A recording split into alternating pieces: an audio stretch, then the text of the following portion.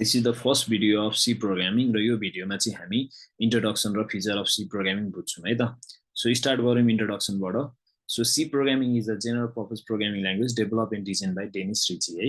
यो programming C भनेको चाहिँ यस्तो खालको प्रोग्रामिङ ल्याङ्ग्वेज हो जसमा चाहिँ हामी जेनरल पर्पसको कुराहरू गर्न सकिन्छ है. सो यसमा चाहिँ सफ्टवेयर डेभलपमेन्ट देखि लिएर हामी प्रोग्रामिङ ल्याङ्ग्वेज बनाउने देखि लिएर भेरियस कामहरू गर्न सक्छौं है.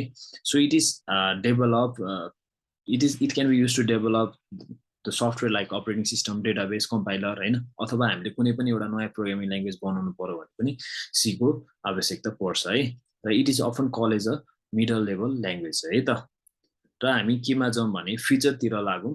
र फर्स्ट फिचरमा चाहिँ पोर्टेबिलिटी छ है. र पोर्टेबिलिटी भनेको चाहिँ के हो भनेदेखि हामीले लेखेको कोड चाहिँ एउटा कम्प्युटरबाट अर्को कम्प्युटरमा लग्दाखेरि चाहिँ हामीले के गर्नुपर्छ भने just we have to compile that program है.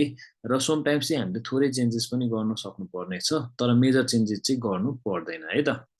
त्यसपछि फास्टर एन्ड एफिसिएन्ट है. सी प्रोग्रामिङ चाहिँ एकदमै धेरै फास्ट छ के as compared to the high level language.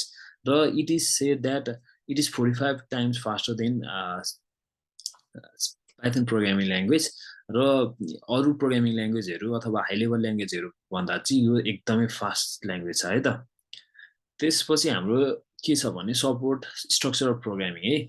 So since यसमा चाहिँ हामी के गर्छौं भने फंक्सन र ब्लकहरुबाट चाहिँ हामी डिफरेन्ट मोड्युलहरु बनाउँछौं, जसले गर्दाखेरि चाहिँ यो चाहिँ एउटा स्ट्रक्चर फर्ममा हुन्छ कि एउटा स्ट्रक्चर ब्लकमा हुन्छ, र जसले गर्दाखेरि चाहिँ हामीलाई प्रोग्रामिङ गर्न अथवा डिबग गर्न, टेस्टिङ गर्न र मेन्टेन गर्नको लागि चाहिँ एकदम सजिलो हुन्छ है त.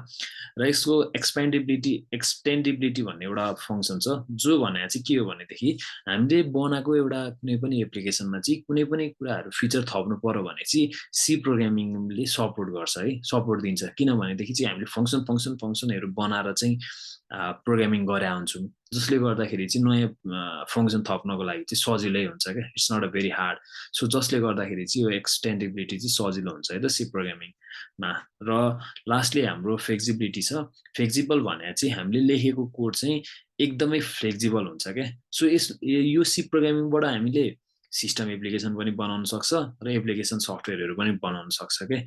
सो जसले गर्दाखेरि चाहिँ के हुन्छ भने यसले चाहिँ लो लेभल ल्याङ्ग्वेज पनि पर्मिट गर्ने भयो र यसले हाई लेभल ल्याङ्ग्वेज पनि पर्मिट गर्ने भयो के. So to write up application. So यसलाई चाहिँ समटाइम्स मिडल लेभल ल्याङ्ग्वेजमा पनि राख्ने गरिन्छ है त.